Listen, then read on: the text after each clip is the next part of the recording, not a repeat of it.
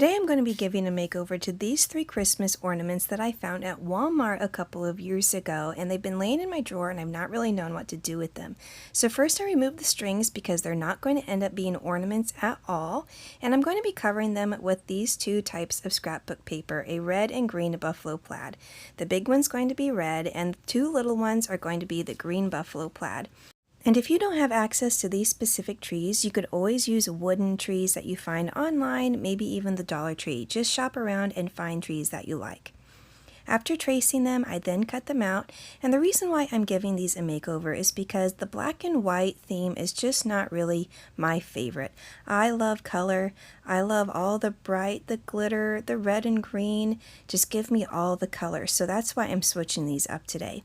And here they are, all cut out, and to make them stick, I decided to kind of rough up the surface because this is more like a plastic material. They're not wooden, but I'm not really sure what they're made of.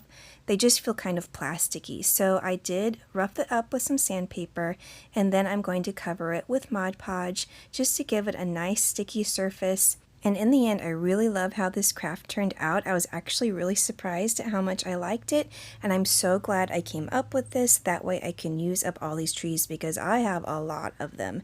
And it's just a great way to use up supplies. I don't have to go out and buy new things.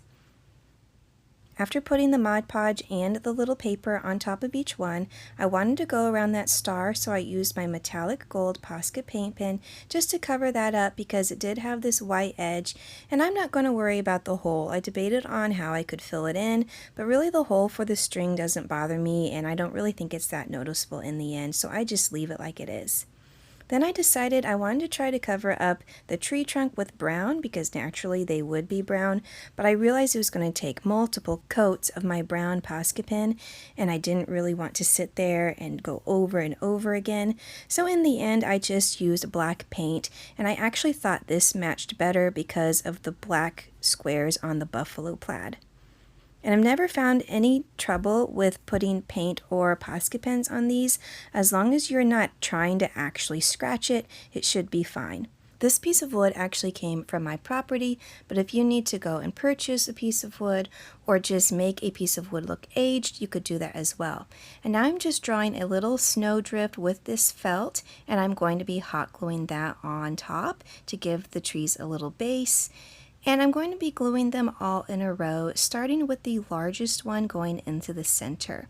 Then I also flanked it on the sides with the 2 little tiny trees to make a little Christmas tree scene. Before I started assembling everything together, I'd also made this cute little wreath out of some greenery stems that I get from Hobby Lobby. This is going to go in the center of this large tree. I also added a cute little red bow up at the top. And one thing that I really have been enjoying doing are making these little signs.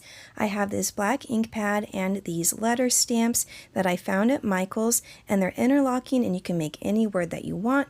For this one I went with Mary, and I always like to use this brown paper. It looks a little bit rustic, a little bit vintage. And then I just cut little triangles out of the corners or on the edge to make it look like a little banner. After getting all that trimmed up, I then hot glue that across the bottom just to add another extra little decoration to my wreath. It's super cute.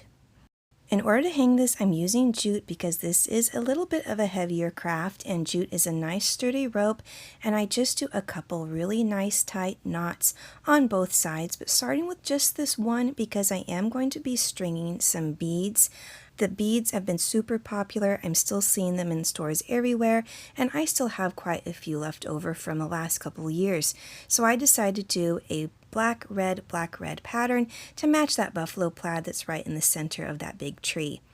After finishing one side, I then repeated the same thing on the other, just leaving a tiny little gap at the top so you have some place to hang it.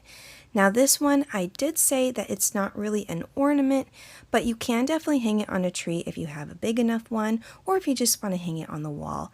And the last finishing touch, I'm just adding these cute little dots with my dotting tool of snow, some white snow falling in the sky. And here is the finished ornament or hanger that you can just hang anywhere in your house. Super cute, super adorable. I'm definitely going to make more. I feel like I say that every time, but I have been making a bunch of stuff for my craft show. I'm really excited for all the new and unique things that I'm making. If you like this video, don't forget to like, comment, and subscribe. Thanks so much for watching, and I'll see you in the next one.